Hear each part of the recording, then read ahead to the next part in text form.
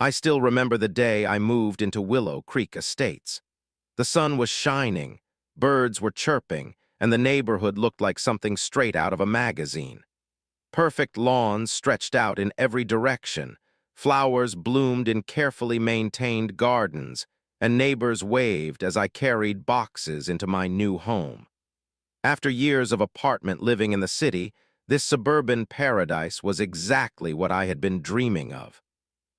A place where I could finally have my own garden, where I could put down roots both literally and figuratively. Little did I know that, beneath this picture-perfect surface, lurked a predator who would threaten everything I had worked so hard to build. My background in construction and plumbing made me particularly excited about creating an outdoor oasis. Within months of moving in, I had designed and installed an intricate irrigation system that would make any professional landscaper proud.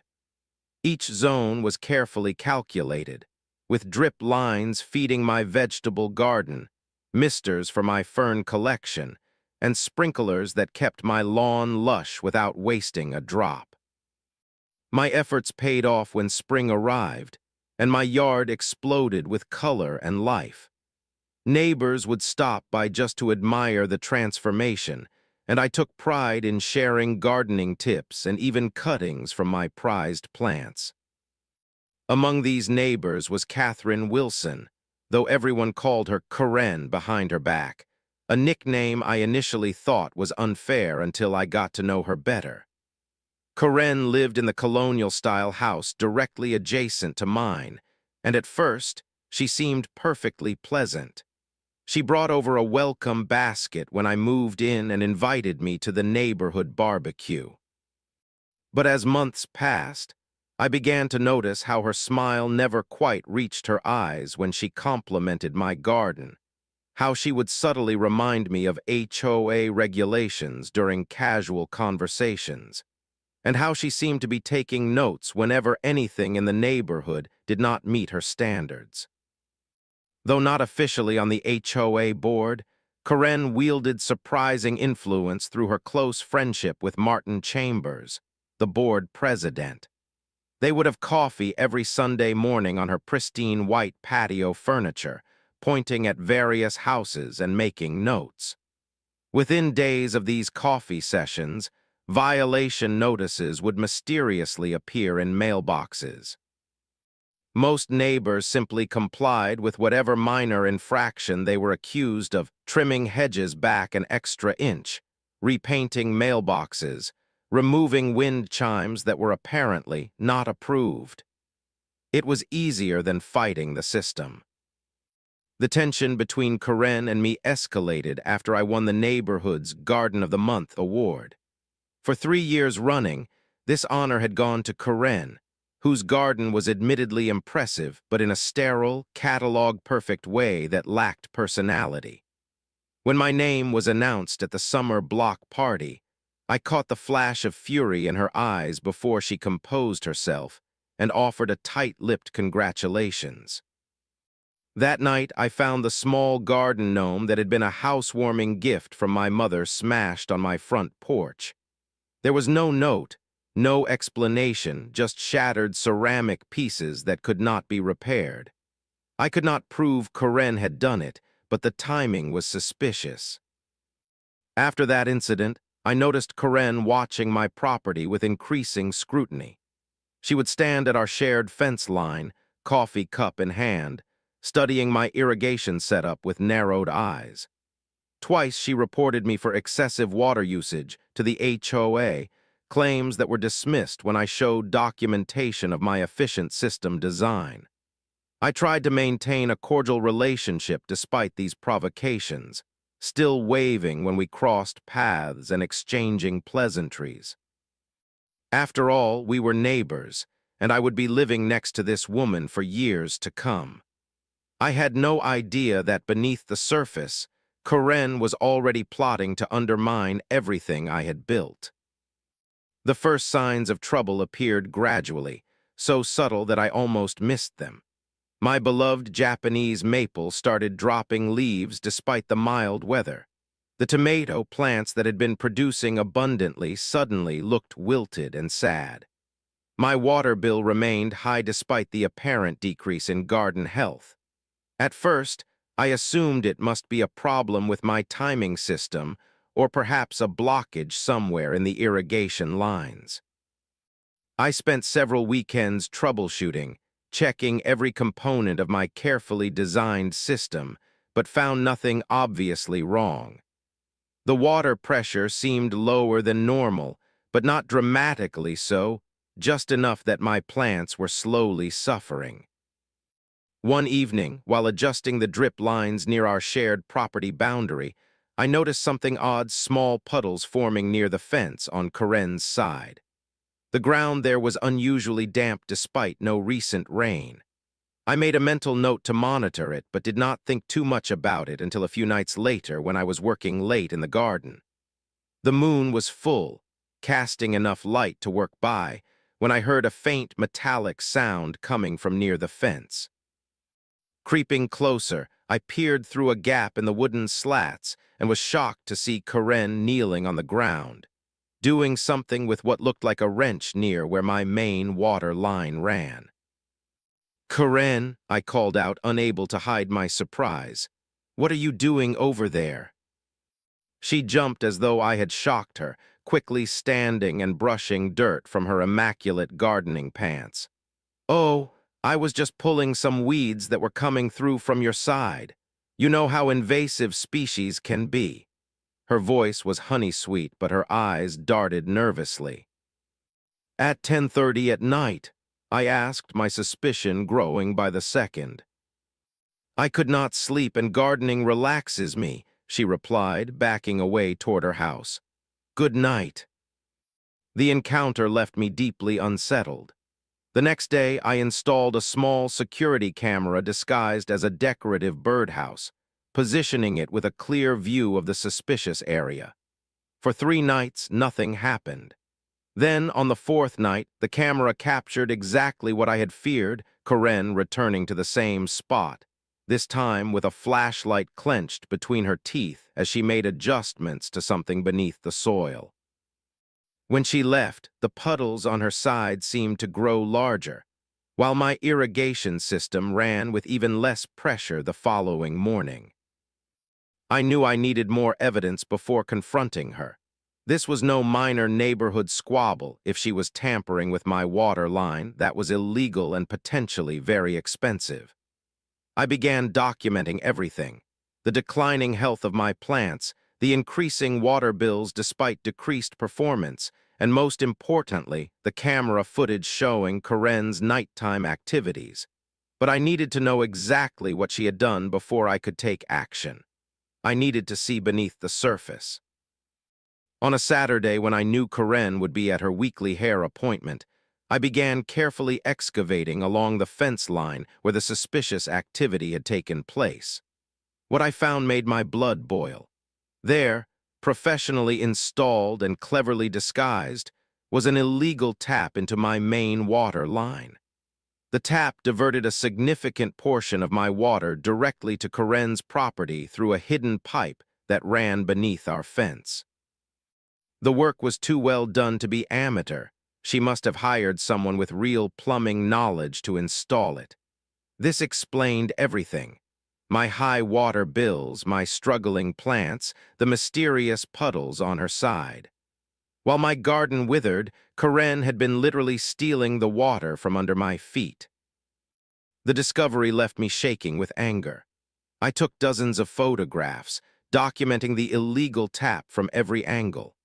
I even created a diagram showing how the water was being diverted and estimated how long it must have been in place based on when my garden problems began. To confirm my suspicions, I consulted property records and verified that the water line ran entirely on my property, making Karen's tap not just unethical but undeniably illegal. I even called my friend Marco, who works as a plumber, to come examine the setup. His professional assessment was damning. This is deliberate theft, plain and simple, and whoever did this knew exactly what they were doing. My first instinct was to confront Karen immediately, to march over to her house with my evidence and demand an explanation. But I remembered how she had twisted situations in the past, how her friendship with Martin gave her outsized influence in neighborhood matters. If I confronted her directly, she would likely deny everything and might even turn the tables, perhaps claiming I had damaged her property while digging along the fence line. No, this situation called for a more strategic approach. Karen had played dirty, and while I did not want to sink to her level, I did want justice. A form of justice that would be undeniable even to her allies on the HOA board. That night I began researching my options. Since the water line was entirely on my property, I had every legal right to modify it as I saw fit. Karen's illegal tap gave me an opportunity she had not considered. While I could simply remove her connection and be done with it, that would not teach her the lesson she deserved. After all, she would likely just install another tap when I was not looking. No, I needed something more visible, more dramatic, something that would expose her theft to the entire neighborhood while remaining completely within my legal rights. The plan began to take shape as I browsed plumbing supply websites. I ordered a specialized valve system that would allow me to control flow to different branches of my water line independently. But the key to my plan came from an unexpected place, a theater supply catalog. There I found what I needed, concentrated vegetable-based dyes in a rainbow of colors used for special effects in theatrical productions. These dyes were completely non-toxic and would not harm plants, animals, or the environment. However, they were incredibly vibrant and, importantly, would stain porous surfaces like concrete, wood, and fabric for weeks before finally fading away. While waiting for my supplies to arrive, I continued monitoring Karen's water theft and documenting my garden's decline. I also began observing her yard maintenance schedule, noting that her automatic sprinkler system ran like clockwork every morning at precisely 5:00 a.m. This was perfect for my plan. When my supplies finally arrived, I waited for another of Karen's regular absences and got to work. First, I properly reconnected my own water supply, ensuring that my garden would no longer suffer from her theft. Then, instead of simply cutting off her illegal line, I connected it to my new valve system, adding a special chamber where the dyes could be introduced into the water flow. The science was simple but effective. I calculated the precise concentration of dye needed to create vibrant colors without being immediately noticeable in the water stream. I programmed the valve system to activate only during the exact time of Karen's sprinkler schedule, ensuring that the dyed water would only flow when her system was actively drawing water. Into the chamber, I introduced a carefully measured mixture of red, blue, green, purple, and yellow dyes, colors that would blend unpredictably when sprayed across her yard.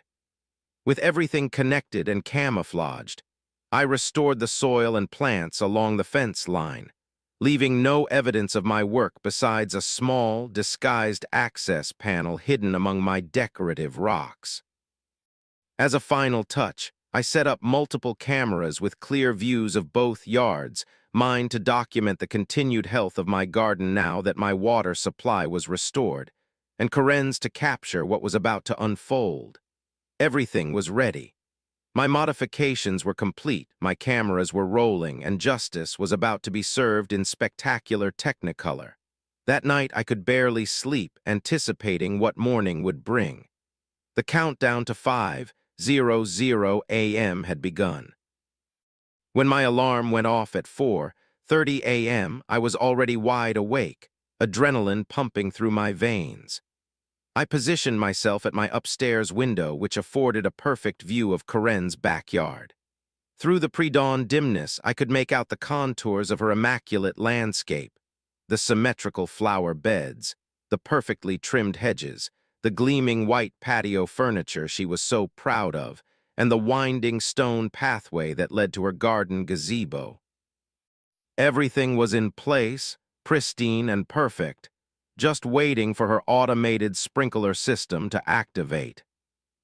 At precisely 5:00 a.m., I heard the faint click of her timer engaging, followed by the mechanical whir of sprinkler heads rising from their hidden positions throughout her yard.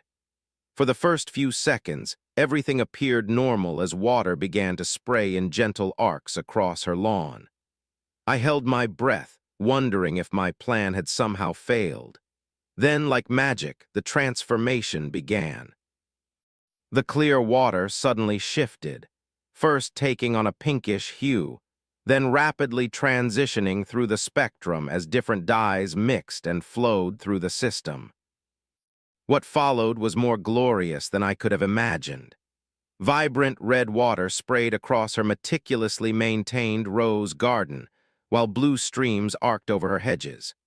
Green water splattered against the pristine white fence, and purple rain descended upon her award-winning hydrangeas.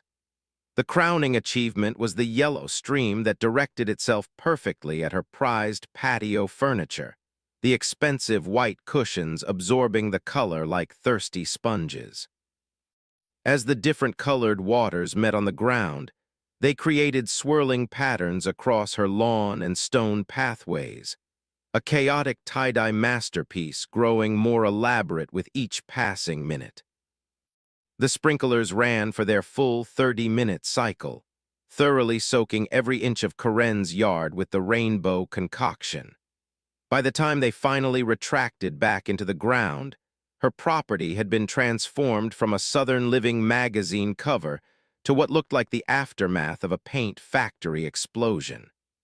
The one-screen lawn now resembled a psychedelic album cover, with swirls of color blending together in beautiful chaos.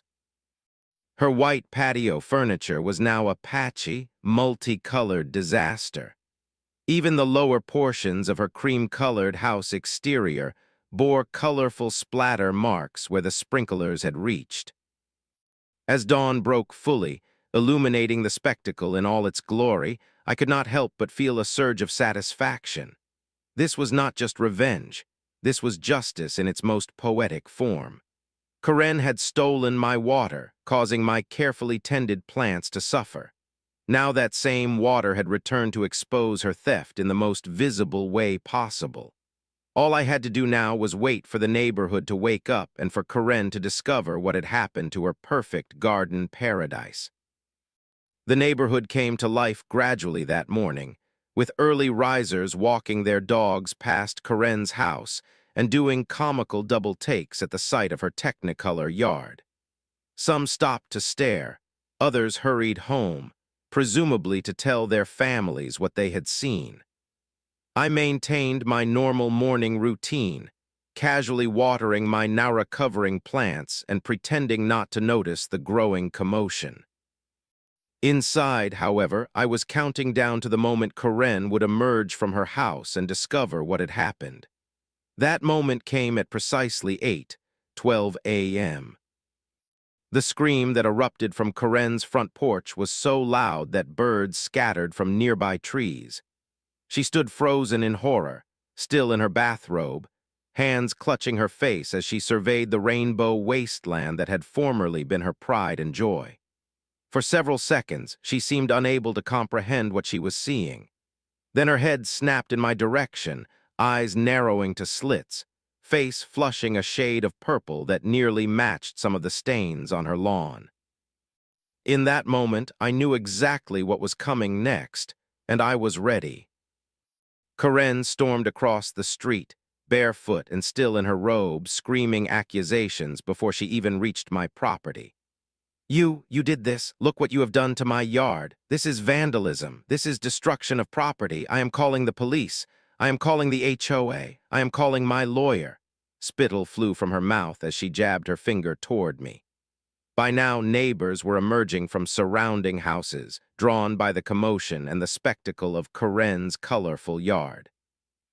I remained calm, setting down my watering can and turning to face her with a neutral expression. "Good morning, Karen. Is something wrong?" "You know exactly what is wrong," she shrieked, gesturing wildly toward her property. "My yard, my beautiful yard, my furniture, you have ruined everything. I will have you arrested. I will sue you for every penny you have." "That is a serious accusation," I replied, loud enough for the gathering neighbors to hear. "What makes you think I had anything to do with your colorful situation? Who else would do this? Who else could do this? You and your plumbing background." She was practically foaming at the mouth now, her carefully cultivated image of neighborhood respectability completely shattered by her public meltdown. This was exactly the opening I had been waiting for.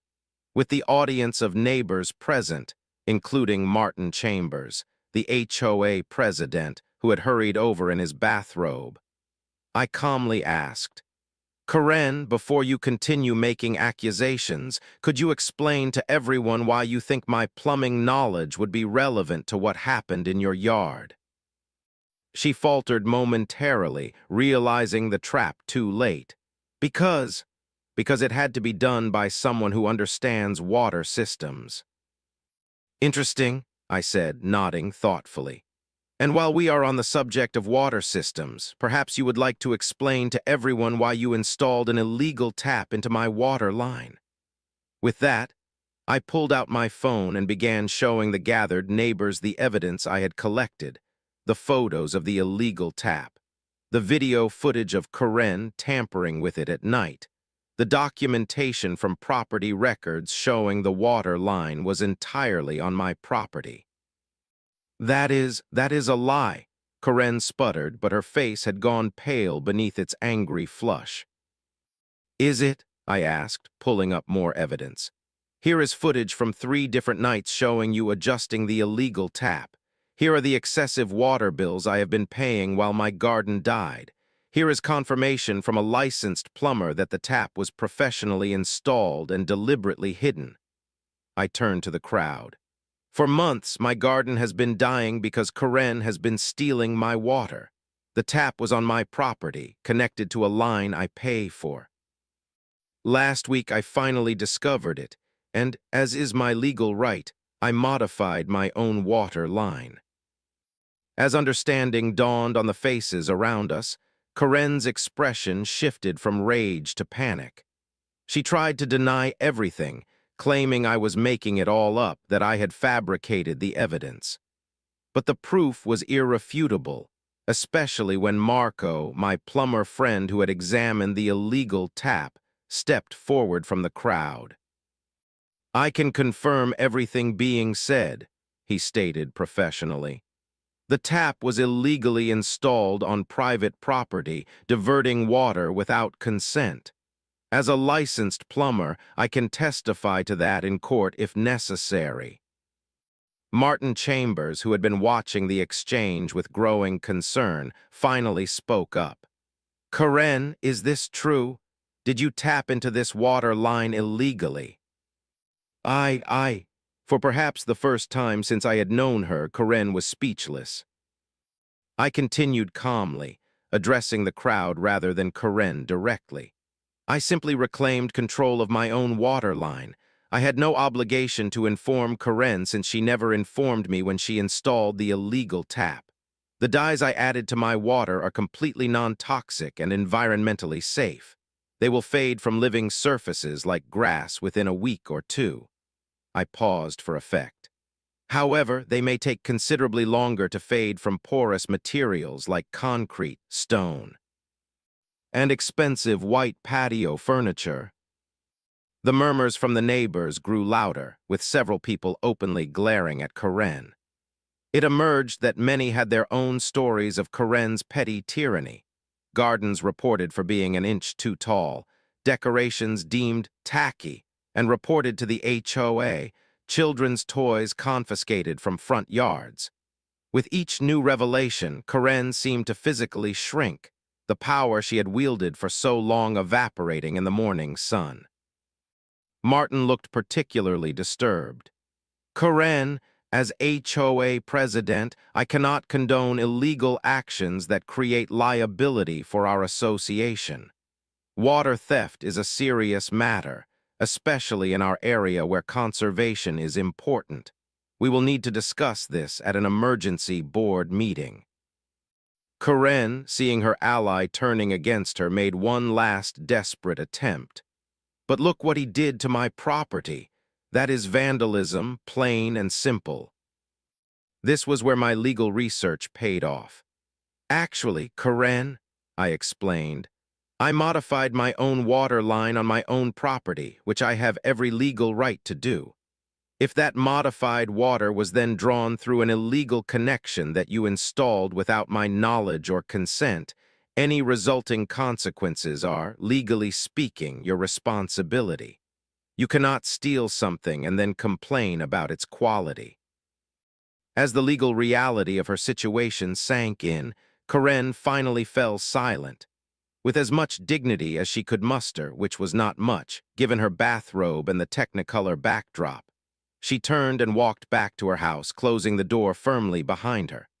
The gathered neighbors lingered, some offering me sympathetic words, others sharing their own Karen stories. By noon, the tale had spread throughout Willow Creek Estates, growing more elaborate with each retelling. I was content to let the story speak for itself. The rainbow evidence in Karen's yard was eloquent enough. I thought that might be the end of it, that Karen would lick her wounds privately and perhaps learn a valuable lesson about respecting others' property. I was wrong. 2 days later, 2 police officers appeared at my door, responding to criminal charges Karen had filed against me for vandalism, property damage, and what she described as chemical warfare.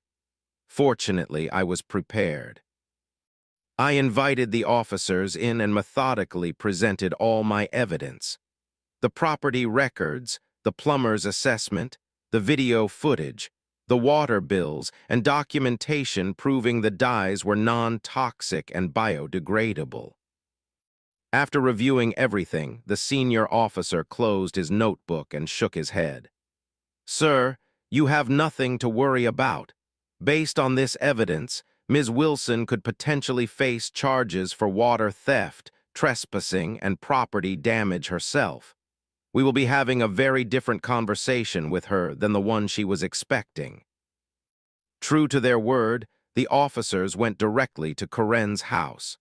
Though I could not hear the conversation, the expression on her face as they left told me everything I needed to know.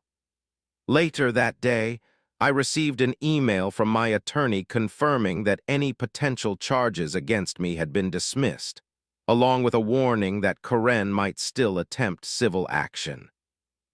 He had prepared a cease and desist letter demanding Karen pay restitution for the stolen water based on my increased bills during the months of theft.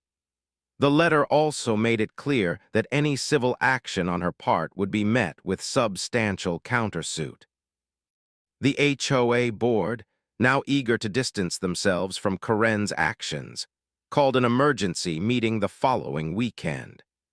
Karen attended, sitting rigidly alone while other residents gave her a wide berth.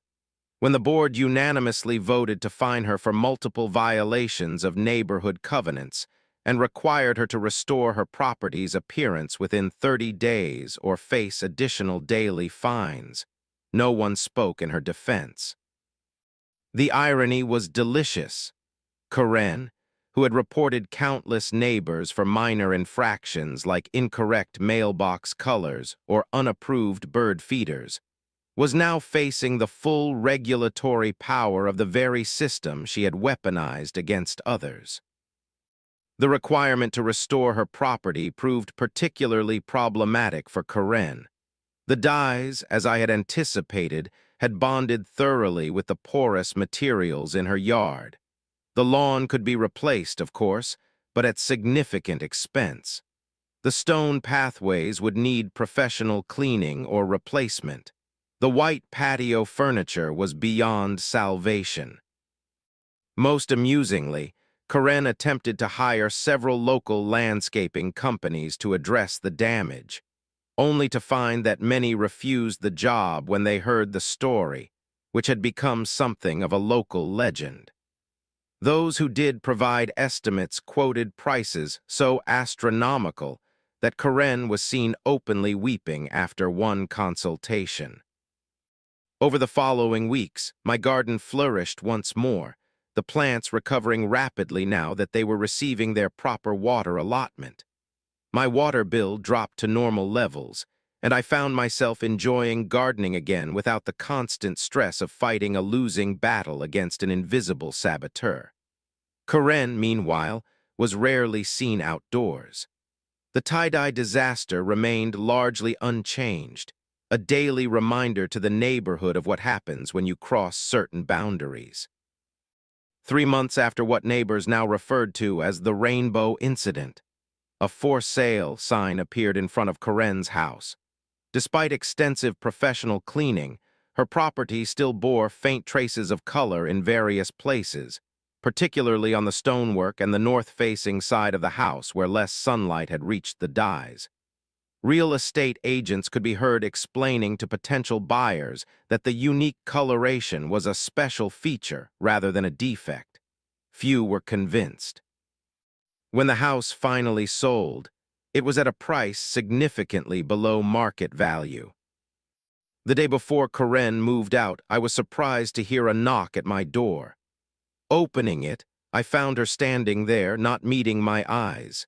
She looked different, smaller somehow, the imperious energy that had defined her now absent. "I came to say," she began, then stopped, struggling with the words. "I came to say I am sorry. What I did was wrong." The apology sounded rehearsed and half-hearted, but it was an apology nonetheless. I nodded, choosing to be gracious in victory. "Thank you for saying that, Karen. I wish you well in your new home." She looked up briefly, surprise flickering across her face at my lack of animosity. Without another word, she turned and walked away. I had not forgiven her, not really, but I had no desire to carry bitterness forward. My vindication was complete. That was enough. After Karen left, the neighborhood changed subtly but significantly. The HOA, under Martin's chastened leadership, became more transparent and less punitive. Neighbors spoke more openly with each other, finding solidarity in their shared Karen stories, and creating a community watch to ensure no one person could accumulate unchecked influence again. My garden thrived, eventually winning Garden of the Month twice more, though the award itself seemed less important now. Occasionally, I would receive knowing smiles or thumbs up from strangers around town, mail carriers, cashiers at the garden center, the barista at the local coffee shop. The story had traveled beyond our neighborhood, taking on a life of its own. I became something of a folk hero to homeowners frustrated by overreaching neighbors and arbitrary rules. It was not a role I had sought, but I accepted it with quiet amusement. When spring arrived the following year, I hosted a garden party for the entire neighborhood, inviting everyone to enjoy the space that had become a symbol of standing up against bullying and injustice. As children played on the lawn and adults chatted over drinks, admiring the flowers that now bloomed more vibrantly than ever, I reflected on everything that had happened. The revenge had been sweet, certainly, but the real victory was in the community that had emerged from Karen's shadow, stronger, more connected, and more supportive than before. Sometimes justice comes in unexpected forms. Sometimes it takes a rainbow of colors to wash away years of gray intimidation. And sometimes, when you stand up for what is right, you discover you are not standing alone. My garden continues to flourish, free from theft and sabotage, a living reminder that even in the face of those who would drain us dry, we can find creative ways to not just survive, but thrive. It is a lesson I will water and tend for many seasons to come.